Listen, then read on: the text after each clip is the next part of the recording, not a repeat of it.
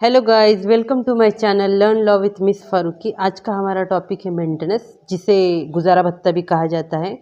Maintenance को महाराष्ट्र में पोटगी या खावटी भी कहा जाता है। पहले हम मेंटेनेंस की डिमांड कर सकते थे अंडर सेक्शन 125 ऑफ सीआरपीसी, लेकिन अब लॉ में बदलाव आ गए हैं, तो हम मेंटेनेंस की डिमांड करेंगे BNSS 2023, यानी कि भारतीय न्याय सुरक्षा संहिता 2023 का जो सेक्शन है 144 के अंदर।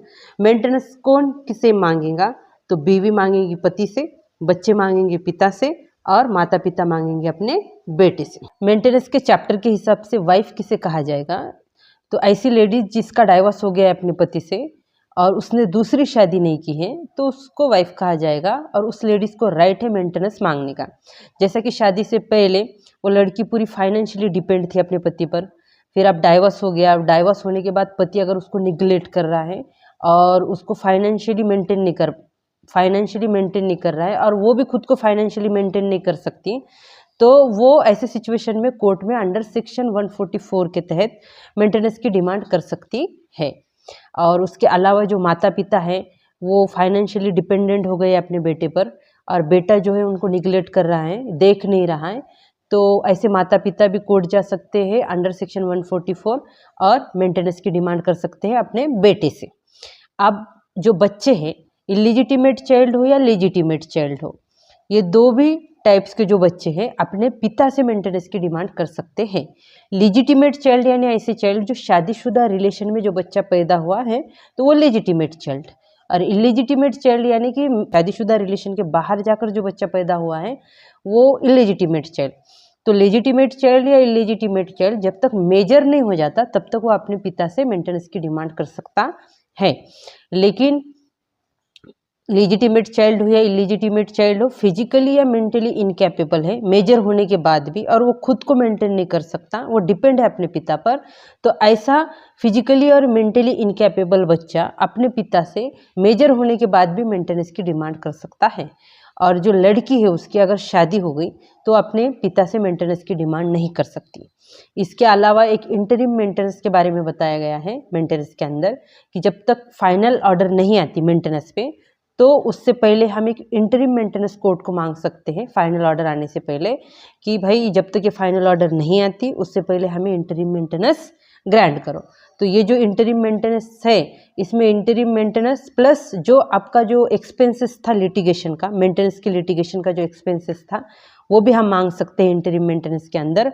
और कोर्ट ये इंटरिम मेंटेनेंस 60 दिन के अंदर, जिस दिन से मेंटेनेंस की नोटिस इशू कर दी गई थी सामने वाली पार्टी को, वहाँ से 60 दिन के अंदर कोर्ट या फिर मैजिस्ट्रेट मेंटेनेंस के ऑर्डर दे सकता है। अब इसके बाद जो है कि मेंटेनेंस का जो सेक्शन है ये सेकुलर सेक्शन है, और कोई भी पर्सनल लॉ के प्रोविजन हमें इस सेक्शन का बेनिफिट लेने से रोक नहीं सकते। क्योंकि शाहबानू की एक केस आई थी 1985 में, एक लैंडमार्क जजमेंट आया था सुप्रीम कोर्ट से, और उसमें कहा गया था कि कोई भी पर्सनल लॉ के प्रोविजन इस सेक्शन को अफेक्ट नहीं कर सकते। मुस्लिम लॉ के अंदर इद्दत पीरियड तक ही मुस्लिम को मेंटेनेंस मिल सकता था, मुस्लिम महिला को।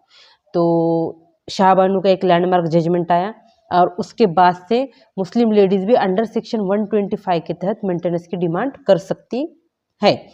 तो सिमिलर BNSS में भी बताया गया है कि शबाना बानो वर्सेस इमरान खान 2010 की जो केस है, इस केस के हिसाब से मुस्लिम महिला भी, मुस्लिम डाइवोर्स वुमन भी अंडर सेक्शन 144 के अंदर मेंटेनेंस की डिमांड कर सकती है।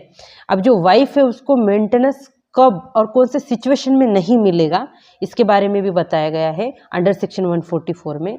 अगर लेडीज ने आफ्टर डाइवोर्स उसने क्या किया है कि एडल्ट्री कमिट कर दी, और कोई विदाउट सफिशिएंट रीजन वो अपने पति से अलग रह रही है, या फिर पति पत्नी हस्बैंड वाइफ म्यूचुअल कंसेंट से सेपरेट रह रहे हैं, तो इस सिचुएशन में, इन कंडीशन के अंदर लेडीज को जो है मेंटेनेंस नहीं मिलेगा, मतलब वाइफ को मेंटेनेंस नहीं मिलेगा।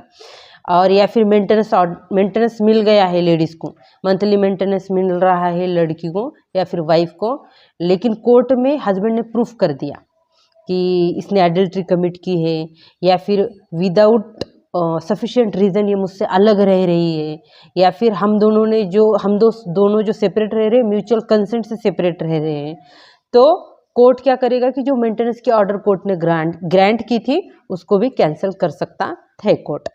अब इसके अंदर जो है कि सफिशिएंट रीज़न के बारे में उन्होंने बताया अंडर सेक्शन 144 का जो सब सेक्शन 3 है उसके एक्सप्लेनेशन में बताया कि कौन सा रीज़न होगा कि वाइफ सेपरेट रह सकती है अपने पति से। तो अगर हस्बैंड ने मैरिटल रिलेशन के अंदर किसी सेकंड लेडीज़ के साथ रिलेशन बनाया हो या फिर कोई उसकी मिस्ट्रेस हो, तो लेडीज़ जो है ये वैलिड रीज़न है कि वो अपने पति से अलग रह सकती है और मेंटेनेंस की डिमांड कर सकती है। अगर कोर्ट ने मेंटेनेंस की ऑर्डर दे दी, ठीक है, और उस ऑर्डर को फॉलो नहीं किया गया हस्बैंड की तरफ से, तो ऐसे सिचुएशन में कोर्ट क्या करेगा कि वारंट भी इशू कर सकता है हस्बैंड को कि जो ऑर्डर दिया गया था उसको फॉलो करो, या फिर उस पर फाइन भी लगा सकता है, या फिर 1 मंथ तक इम्प्रिजमेंट भी दे सकता है। ये था पूरा मेंटेनेंस के बारे में। अगर आपको ऐसे ही लॉ टॉपिक के बारे में जानना है तो मेरे चैनल को सब्सक्राइब करो, वीडियो को लाइक करो और शेयर करो। Thank you so much.